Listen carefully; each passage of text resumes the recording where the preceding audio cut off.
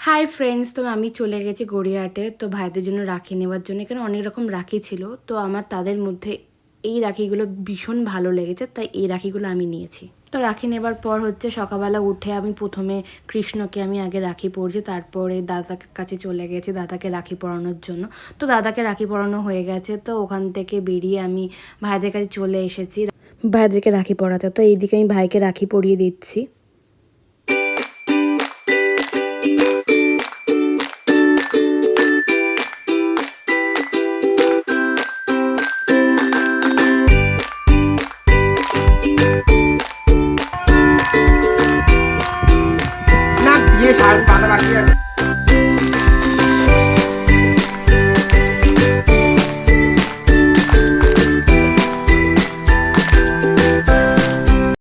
তো আমার ভাইদেরকে রাখি পরানো হয়ে গেছে, এদিকে আমি দিদিকেও রাখি পরিয়ে দিলাম। এবার দিদি ওদেরকেও রাখি পরাবে।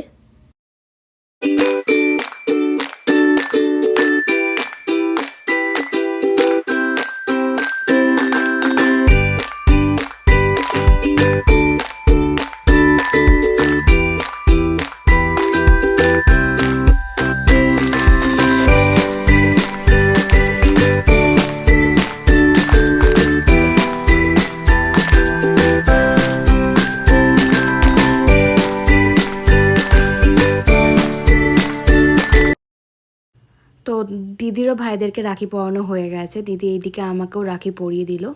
তো এই জিনিসটা খুব ভালো লাগে যে শুধু ভাইদেরকে কেন রাখি পরাবে, বোনদেরকেও পরানো উচিত। সব বোনদেরকে রাখি পরানো উচিত। এটা শুধু ভাইরা কেন একা পরবে, বোনদেরও তো বোনদেরকে রক্ষা করা উচিত।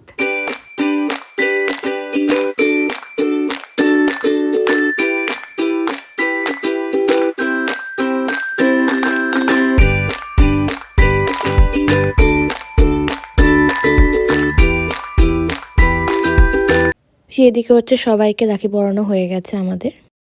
তো আমাদের লাঞ্চের মেনু ছিল মাটন বিরিয়ানি, চিকেন কষা, আর হচ্ছে স্টার্টারে হচ্ছে ফিশ ফ্রাই। সুমন, খাবারটা কেমন? ভালো? পছন্দ হয়েছে? খাবার আর বল, আমি কালকে খাওয়াবো।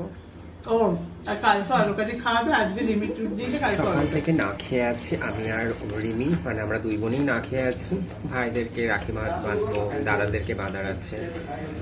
তো সারাদিন উপোস করে এই সবে আমাদের পেটে যাচ্ছে। যাই হোক, ভালো লাগলো, খুব আনন্দ পেলাম। ভাইদেরকে একটু আশীর্বাদ করলাম, ভাইরা আমার থেকে আশীর্বাদ নিতে পেরেছে। আর এটা করে খুব এটা শান্তি দারুণ। পেয়েছি। আজকে ট্রিটটা রিমি দিচ্ছে, কালকের ভাইদেরকে আমি আমার বাড়িতে খাওয়াবো। সেই ব্লগটা অবশ্যই আসবে, তোমরা দেখতে থাকো। কালকে আবার মজা করা হবে। হ্যাঁ, দারুণ হবে। লাইক, কমেন্ট, শেয়ার, সাবস্ক্রাইব করে দিও। Love you.